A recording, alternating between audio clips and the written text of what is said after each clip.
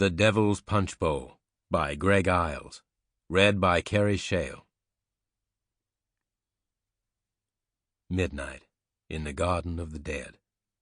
A silver-white moon hangs high over the mirror-black river and the tired levee, shedding cold light on the Louisiana Delta.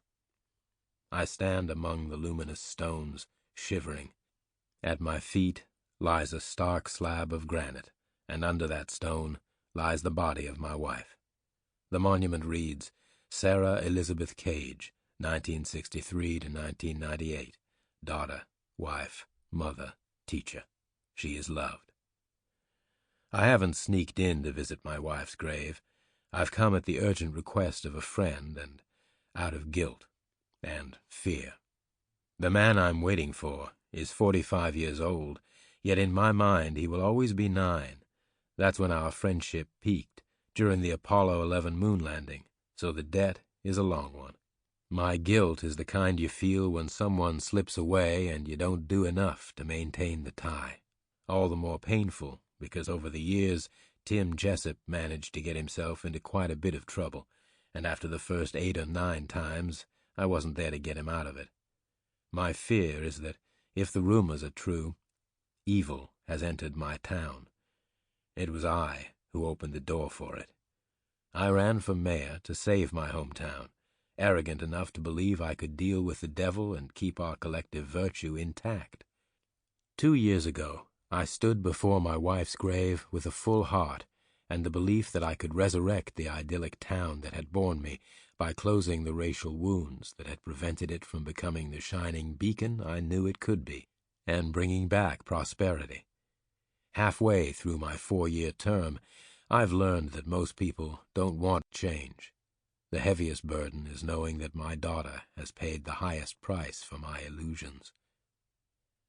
30 minutes past the appointed hour, and there's still no sign of Tim Jessup. I slip between the monuments, working my way back up toward Jewish Hill, our rendezvous point. The names chiseled on these stones I've known all my life. They are the town's history, and mine. Friedler and Jacobs and Dreyfus up on Jewish Hill, the Knoxes and Henrys and Thornhills in the Protestant sections, and finally the Donnellys and Benellis and O'Banions back on Catholic Hill. Most of the corpses in this place had white skin when they were alive, but in the areas marked colored ground on the cemetery map lie the trusted servants and favored slaves who lived at the margins of the white world. Most of these were interred without a marker. Some people buried here were born in the mid-1700s, and if they were resurrected tomorrow, parts of the town would not look much different to them.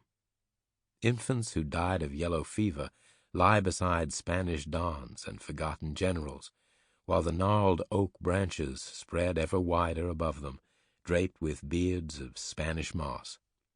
Natchez is the oldest city on the Mississippi River, and when you see the dark, tilted gravestones disappearing into the edges of the forest, you know it.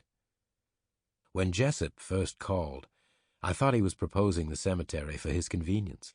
He works on one of the riverboat casinos, and midnight marks the end of his shift. But Tim insisted that the cemetery's isolation was a necessity, that I could trust neither my own police department nor any official of the city government.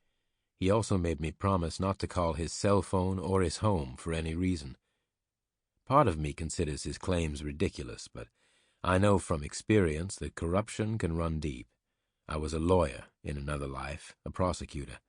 I started out wanting to be Atticus Finch and ended up sending 16 people to death row.